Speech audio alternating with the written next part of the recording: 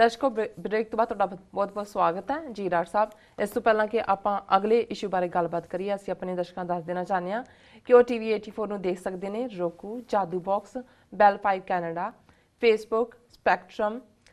RCN, online streaming, global CPN ਦੀ app ਰਾਹੀਂ online streaming TV 84 ਦੀ app ਰਾਹੀਂ ਤੁਸੀਂ TV 84 ਨੂੰ ਦੇਖ ਸਕਦੇ ਹੋ ਜੀ। ਡਾਕਟਰ ਸਾਹਿਬ ਹੁਣ ਆਪਾਂ ਕਰਦੇ ਹਾਂ ਅਗਲੇ ਇਸ਼ੂ ਬਾਰੇ ਗੱਲਬਾਤ, ਕੀ ਕਹਿਣਾ ਚਾਹੋਗੇ ਤੁਸੀਂ? ਜਿਹੜੇ ਕਮੈਂਟਸ ਨੇ ਅਸੀਂ ਫਾਈਨਲ ਸੈਕਸ਼ਨ ਦੇ ਵਿੱਚ ਡਿਸਕਸ ਕਰਾਂਗੇ ਜੀ। ਜਲੀ ਕੱਟੂ ਇਹ ਨਾਮ ਵੀ ਵੈਸੇ ਸਿੱਖਣ 'ਚ ਮੈਨੂੰ ਕੁਝ ਦਿਨ ਲੱਗ ਗਏ ਜੀ। ਪਹਿਲਾਂ ਤਾਂ ਮੈਂ ਇਹਦਾ ਨੋਟਿਸ ਨਹੀਂ ਸੀ ਲਿਆ, ਕਾਫੀ ਦੇਰ ਤੋਂ ਪਿਛਲੇ ਸਾਲ ਵੀ ਇਸ ਦਾ ਰੌਲਾ ਸੀ ਕਿ ਇਹ ਤਮਿਲਨਾਡੂ ਦੇ ਵਿੱਚ ਜਿੱਥੇ ਕਿ ਡਰੈਵਡਨ ਸਿਵਲਾਈਜੇਸ਼ਨ ਦਾ ਮੂਲ ਬੇਸ਼ੱਕ ਇੰਡਸ ਵੈਲੀ 'ਚੋਂ ਹੀ ਗਏ ਹੋਏ ਲੋਕ ਨੇ, ਲੇਕਿਨ ਇਹ ਆਪਣੀ 4000 ਸਾਲ ਦੀ ਪੁਰਾਣੀ ਪਰੰਪਰਾ ਨਾਲ ਜੋੜਦੇ ਨੇ, ਜਿੱਥੇ ਕਿ ਜਿਹੜਾ ਹੈ ਉਹ ਵਿਦ ਦਾ ਬੁਲਸ ਬਲਦਾਂ ਦੇ ਨਾਲ ਸੰਡਿਆਂ ਦੇ ਨਾਲ ਜਿਹੜੀ ਹੈ ਉਹ ਲੜਾਈ ਹੁੰਦੀ ਹੈ, ਜਿਹਦੇ 'ਚ ਕਿ ਇਹਨਾਂ ਦੀ ਸਪੋਰਟਸ ਹੈ ਜੀ। ਇਹ ਇਵੇਂ ਹੀ ਹੈ ਜਦੋਂ ਤੁਸੀਂ ਸਪੇਨ ਦੇ ਵਿੱਚ ਬੁਲ ਫਾਈਟ ਟਾਈਪ ਹੁੰਦਾ ਹੈ, ਪੁਰਤਗਾਲ 'ਚ ਵੀ ਇਸ ਕਿਸਮ ਦਾ, ਸਾਊਥ ਅਮਰੀਕਨ ਜਿਹੜਾ ਇਹਨਾਂ ਦੇ ਯੂਰਪ ਦੇ ਵਿੱਚ ਵੀ ਰਿਹਾ, ਕਦੇ ਸਾਊਥ ਅਮਰੀਕਾ, ਈਵਨ ਫਰਾਂਸ ਦੇ ਵਿੱਚ ਵੀ ਇਹ ਜਿਹੜੀਆਂ ਐਂਸ਼ੀਅੰਟ ਸਪੋਰਟਸ ਕਹੀਆਂ ਜਾਂਦੀਆਂ ਨੇ ਉਹਨਾਂ ਦਾ ਹਿੱਸਾ ਰਿਹਾ। ਪਰ ਪਿਛਲੇ ਕੁਛ ਦਹਾਕਿਆਂ ਦੇ ਵਿੱਚ ਜਦੋਂ ਕਿ ਐਨੀਮਲ ਰਾਈਟਸ ਐਕਟਿਵਿਸਟ ਆਏ, ਸੁਸਾਇਟੀਜ਼ ਬਣੀਆਂ, ਪ੍ਰੀਵੈਂਸ਼ਨ ਅਗੇਂਸਟ ਕਰੂਐਲਿਟੀ ਟੂ ਐਨੀਮਲਸ, ਇਸ ਕਿਸਮ ਦੀਆਂ ਆਰਗੇਨਾਈਜੇਸ਼ਨਸ ਨੇ ਜੀ, ਫਿਰ ਇਹੀ ਨਹੀਂ ਹੋਇਆ ਕਿ ਵੀ ਇਸ ਕਿਸਮ ਦੀਆਂ ਜਿਹੜੀਆਂ ਸਪੋਰਟਸ ਔਰ ਇਸ ਕਿਸਮ ਦੀਆਂ ਗੱਲਾਂ ਨੂੰ ਚੈਲੰਜ ਕੀਤਾ ਗਿਆ। ਹੁਣ ਤੁਸੀਂ ਦੇਖੋਗੇ ਦੁਨੀਆ ਦੇ ਵਿੱਚ ਅੱਗੇ ਹੁੰਦਾ ਸੀ ਜੀ ਜੈਮਨੀ ਸਰਕਸ, ਇਹ ਫਲਾਣੀ ਬਹੁਤ ਸਾਰੀਆਂ ਸਰਕਸਿਸ ਬੰਦ ਹੋ ਗਈਆਂ, ਔਰ ਦੂਸਰੇ ਕਿਉਂਕਿ ਇਹ ਜਿਹੜੇ ਐਨੀਮਲ ਰਾਈਟਸ ਐਕਟਿਵਿਸਟ ਸੀ ਉਹਨਾਂ ਨੇ ਪ੍ਰਵੇਲ ਕੀਤਾ ਕਿ ਵੀ ਜਿਸ ਤਰ੍ਹਾਂ ਅਸੀਂ ਐਜ਼ ਏ ਹਿਊਮਨ ਬੀਇੰਗ ਸਾਡੇ ਰਾਈਟ ਨੇ ਜੀ, ਐਨੀਮਲਸ ਨੂੰ ਜਦੋਂ ਤੁਸੀਂ ਪਰਫਾਰਮ ਕਰਨ ਦੇ ਲਈ ਉਹਨਾਂ ਨੂੰ ਟੇਮ ਕਰਕੇ ਜਿਵੇਂ ਉਹਨਾਂ 'ਤੇ ਜ਼ੁਲਮ ਕੀਤੇ ਜਾਂਦੇ ਨੇ, ਉਹਨਾਂ ਨੂੰ ਕਿਵੇਂ ਜਿਹੜਾ ਟ੍ਰੇਨਡ ਕੀਤਾ ਜਾਂਦਾ ਵੀ ਉਹਨਾਂ ਨੇ ਸ਼ੋਅ ਕਰਨਾ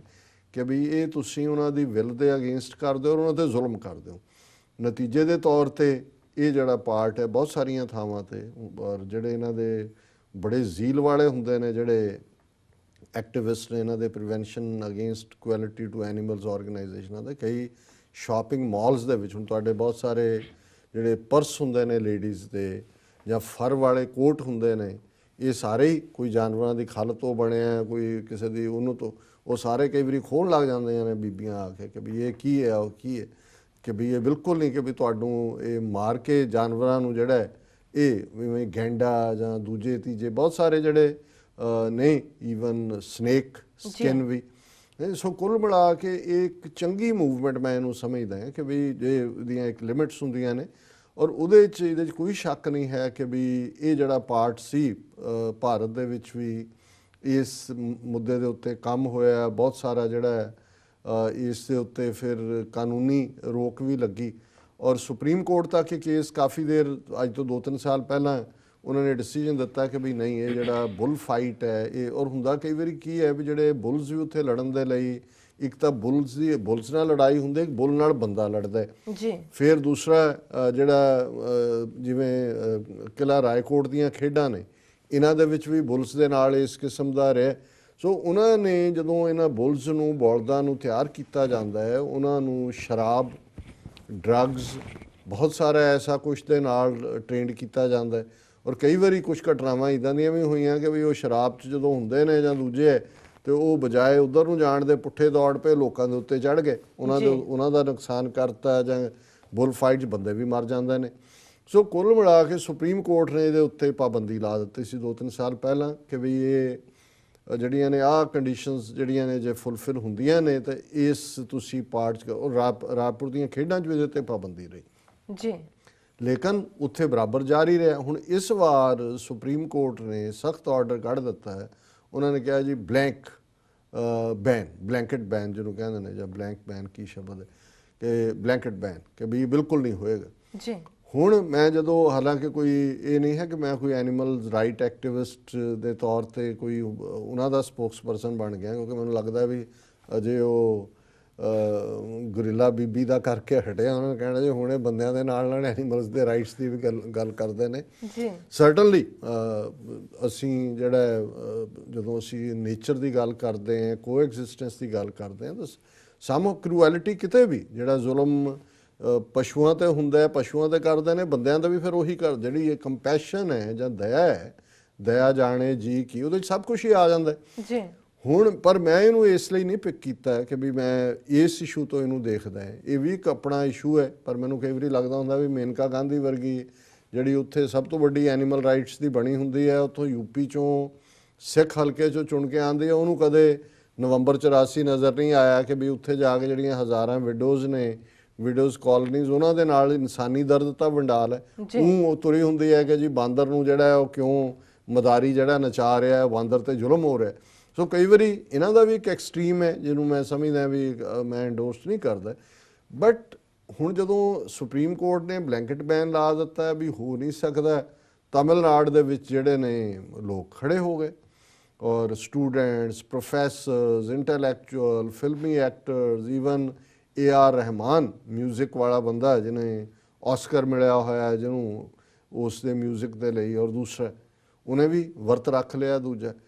ਹੁਣ ਜਦੋਂ ਲੋਕ ਖਲੋ ਜਾਂਦੇ ਨੇ, ਹਾਲਾਂਕਿ ਹੁਣ ਇਹ ਪਤਾ ਨਹੀਂ ਪ੍ਰੋਟੈਸਟ ਦੇ ਪਿੱਛੇ ਕੌਣ ਸੀ, ਔਰ ਉੱਥੇ ਹੁਣ ਜੈਲਲਤਾ ਮਰ ਗਈ, ਨਵੀਂ ਚੀਫ ਮਿਨਿਸਟਰ ਬਣੀ ਹੈ, ਉਹ ਆ ਕੇ ਮੋਦੀ ਦੀ ਪੈਰਿੰਗ ਪੈ ਗਈ ਕਿ ਜੀ ਕੁਛ ਕਰੋ। ਇਹ ਤਾਂ ਕਿਉਂਕਿ ਲੋਕ ਜਿਹੜੇ ਨੇ ਉਹ ਸੜਕਾਂ ਬੰਦ ਹੋ ਗਈਆਂ, ਟ੍ਰੇਨਸ ਬੰਦ ਹੋ ਗਈਆਂ। ਦੂਜਾ ਉਹਨਾਂ ਨੇ ਕਿਹਾ ਵੀ ਕੋਈ ਔਰ ਇਹ ਉਹਨਾਂ ਨੂੰ ਕਾਬੂ ਵੀ ਕਰ ਲਿਆ ਤਮਿਲਨਾਡੂ ਦੇ ਪੋਲੀਟੀਕਲ ਢਾਂਚੇ ਨੂੰ। ਉਹਨਾਂ ਨੇ ਫੌਰਨ ਜਿਹੜਾ ਹੋਮ ਮਿਨਿਸਟਰੀ ਰਾਹੀਂ ਫਾਈਲ ਜਿਹੜੀ ਹੈ ਬਣਾਈ, ਐਨਵਾਇਰਨਮੈਂਟਲ ਮਿਨਿਸਟਰੀ ਨਾਲ ਕੰਟੈਕਟ ਕੀਤਾ ਤੇ ਉਹਨਾਂ ਨੇ ਕਿਹਾ ਜੀ ਜਿਹੜੇ ਪ੍ਰੋਟੈਕਟਿਡ ਐਨੀਮਲਸ ਨੇ, ਬੁੱਲ ਨੂੰ, ਬੋਲਦ ਨੂੰ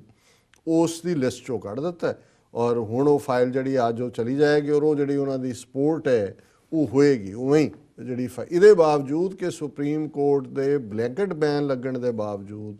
2-3 ਦਿਨ ਦੇ ਵਿੱਚ ਸਪੈਸ਼ਲ ਆਰਡੀਨੈਂਸ ਦੇ ਰਾਹੀਂ